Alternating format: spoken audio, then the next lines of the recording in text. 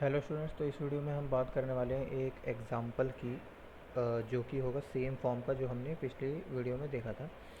तो सबसे पहले हमें इसको कंपेयर करना है। हमारा जो स्टैंडर्ड फॉर्म अभी हमने देखा था d y by d x plus p of x y is equal to q of x into y raise to power n. तो यहाँ पे देख सकते हैं हमारी इस वाली इक्वेशन में भी यहाँ पे वाई स्क्वायर टर्म आ रहा है, यानी कि अभी ये इक्वेशन लीनियर डिफरेंशियल इक्वेशन नहीं है। This is not a linear differential equation, but इसको लीनियर डिफरेंशियल इक्वेशन में हम कन्वर्ट कर सकते हैं पिछले वीडियो के मेथड्स को यूज़ करके। तो सबसे पहले हमको क्या करना है, सबसे पहले we have to take z is equal to 1/y to the power n-1। तो यहाँ पे n की वैल्यू क्या है, 2। तो ये हो जाएगा 1 में y to the power n-1, यानी कि 1 में y 2 - 1 1, राइट। उसके बाद हमको फाइंड करना है dz बाई डी एक्स। तो dz बाई डी एक्स यहाँ पे सिंपली क्या बन जाएगा, -1/y² into dy by d x. तो अब dy बाई डी एक्स को हम किससे रिप्लेस कर सकते हैं, -y²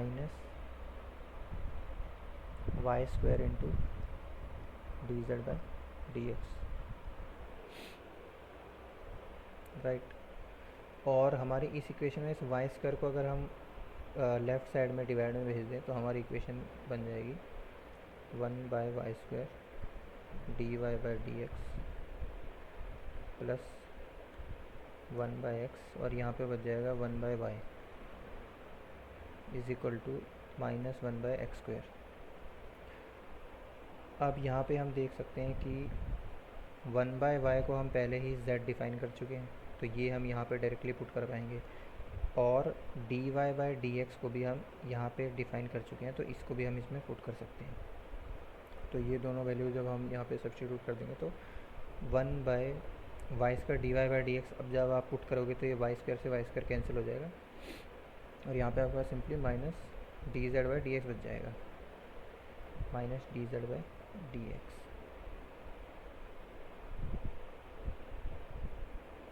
और यहाँ पे 1/x will be replaced by 1/y will be replaced by z, and यहाँ पे 1/x as it is equal to -1/x²।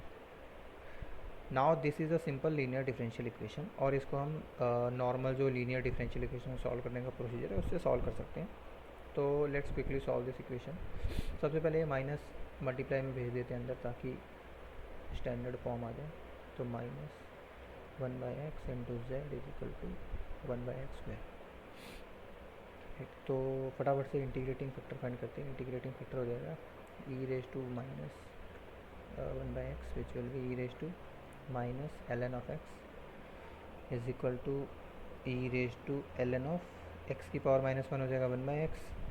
तो फाइनली हमारे पास इंटीग्रेटिंग फैक्टर आ गया 1/x, right.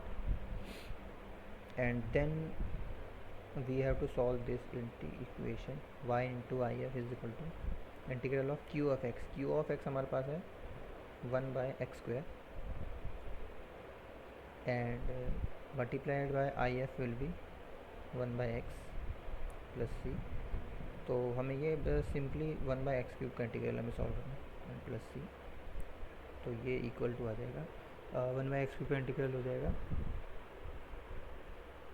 x raise to -2 divide by -2 plus C. So this is equal to y into I F. Now I F हमारा था 1/x, तो ये simply हो जाएगा y into 1/x is equal to -(x⁻²/2) plus C. And इस x को वहाँ multiply में भेज देते हैं, तो ये बन जाएगा -1/2, एंड यहाँ पे बच जाएगा simple x plus C X is equal to y। By the way actually this is not y, actually यहाँ पे this y is should be z। तो एक्चुअली ये जो हमने फाइंड किया ये z फाइंड किया, तो z is -1/2x plus C x. So you can say that y is just a dummy variable है, so it doesn't really matter कि हम यहाँ पे y लिखें या z लिखें। At the end we have actually found z। Now we can replace z by z was equal to, we can go back and see we can see that we have defined z as 1 by y, this thing here. So we can replace z is equal to 1 by y in our final answer. So since z is equal to 1 by y, we can just put it here. So we will get 1 by y is actually equal to minus 1 by 2x plus cx. यहाँ पे आप इसका reciprocal लेके y भी लिख सकते हैं, but still this answer is enough and this is the solution of our differential equation. So this was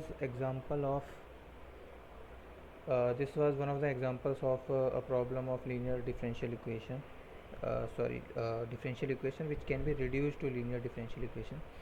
So in next video maybe we can do some problems in which the form is little different, like हमें हमेशा ये y to the power n ये वाला form हमेशा नहीं मिलेगा. It is possible that कि there is some other function of y and still we are able to reduce it in linear differential equation. So there are, इसके कोई particular categories नहीं है कि किस किस फॉर्म में आपको मिल सकता है.